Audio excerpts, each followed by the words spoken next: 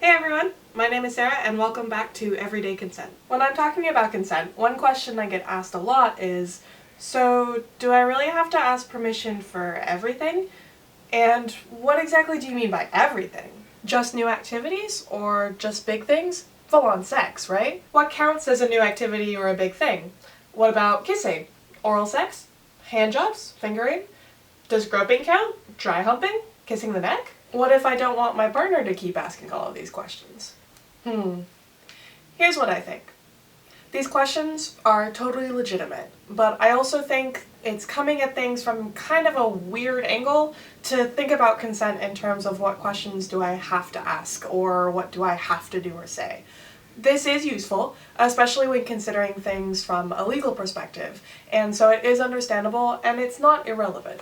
But I don't think it's a very productive mindset, because it frames consent as, at best, a chore, and also erases all the ways in which better consent can increase enjoyment.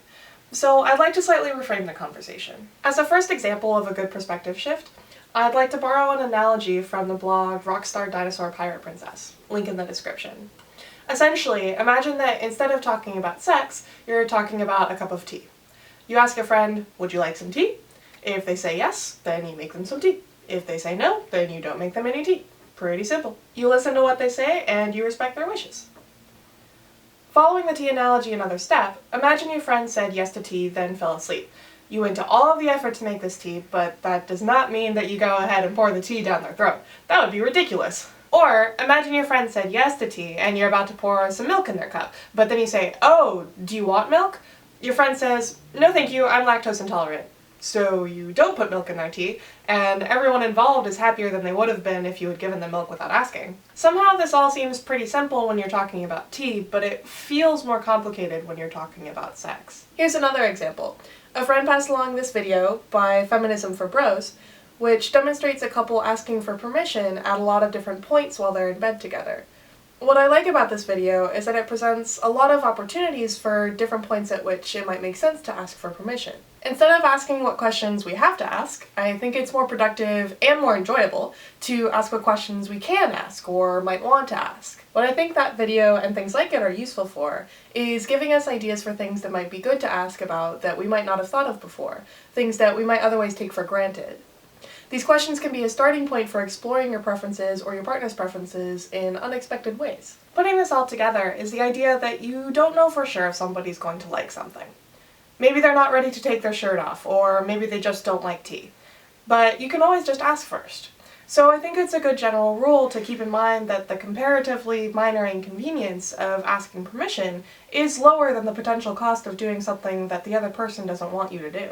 But Sarah, you say, I'm on board with that, but that constant dialogue isn't really what I want with my partner right now.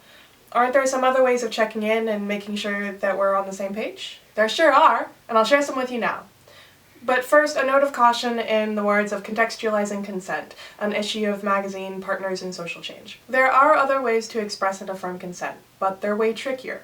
And when those ways work well, it's usually because the people involved already use and have used words with consent and have established good, solid patterns of communication with words. In other words, there's totally more than one way to have a good consensual dialogue, but you're not totally off the hook. You're gonna have to talk to your partner at least a little bit, which can mean that these methods are easier to employ with partners that you know better. So here are some other ways of checking in, but they do require that you talk with your partner about them first. I'll list them roughly in order of least to most preparation needed. Many of the items in this list are ideas taken directly from the BDSM or kink community. If you want to learn more about those communities, I'll list a couple resources in the description. The first method of checking in you've probably heard of. A safe word. A safe word is just a word that you and your partner have agreed upon beforehand that, if said by anyone at any point, means that everything stops. It's a good idea to use a word that you are unlikely to say for any other reason during sex, like pineapple or Hufflepuff. A former partner of mine once told me his favorite safe word is waffles because you can say it with a dick in your mouth. Well, kind of. Another common safe word is the color red, which works well with the next method, the stoplight method. With the stoplight method, you use the colors red, yellow, and green to mean, respectively, stop right now, keep going but be cautious, or please keep going. This method is nice because it gives a bit more nuance to the safe word method, and gives an option for communicating yes as well as no. Another method along similar lines is the 2 squeezes method. This is sometimes a good one for people who want to make sure everything is going well, but don't want to feel like they're talking all the time. With this method, if you want to check in with how your partner is doing, you squeeze them lightly twice, say on their arm or whatever body part you have hold of. Then, in response, they can either squeeze twice back, or they can just answer in words how they're doing, or maybe you can use this in conjunction with the stoplight method. Say, partner 1 squeezes twice, and partner 2 responds with a color. The next check-in method is a want, will, won't chart. Lindsay Doe of Sexplanations did a great video about this, which I recommend you watch sometime. The idea is to write down activities in the different columns according to whether you want to participate in them, will participate, or won't participate. You can then compare this chart with your partners to figure out what works for both of you. For something that goes into a bit more detail, I've also linked to a more involved checklist that uses a scale from 0 to 5 to indicate your level of interest, as well as including a section on your level of experience with that activity, and a section for any notes or nuances. Also, keep in mind that the chart or checklist does not have to be static. You can and probably will make changes at different times. Just to reiterate, the activities in those lists I've provided might be too kinky for your purposes, but the same format can be used for all kinds of sexual activities. Want, will, won't charts or checklists can be useful to use on their own or in conjunction with the next method, which is a contract. Most of you will probably not need this, but it's good to keep in mind as an option. Though not necessarily legally binding, the point of a contract is to explicitly write out beforehand all of the activities that you and your partner will engage in. This is used in the BDSM community because many of the activities that members participate in can be intense or even dangerous. So it's essential for the parties involved to have a clear agreement about what they're getting into. But this principle is useful for any kind of sex. Making an agreement beforehand, whether written or verbal, ensures that there won't be any unpleasant surprises, which can make the environment feel much safer. I've listed below some resources for typical kinky contracts, as well as some suggestions for more vanilla contracts. Those are the check-in methods I have for you today. These are just some suggestions, and I'm ever on the lookout for more, so if you know of any check-in methods that I didn't mention today, please share in the comments. Also, any of these methods have room for modification or embellishment, so I suggest using them as inspiration to find some things that work for you. Your assignment for this week is to try one of these out. If you have a partner, ask if they'd be willing to try out any of the methods I've mentioned and give one a shot. If you don't have a partner to try things out with, that's fine. Start by filling out a want, will, won't chart or a checklist, or think about what you think would make a good safe word.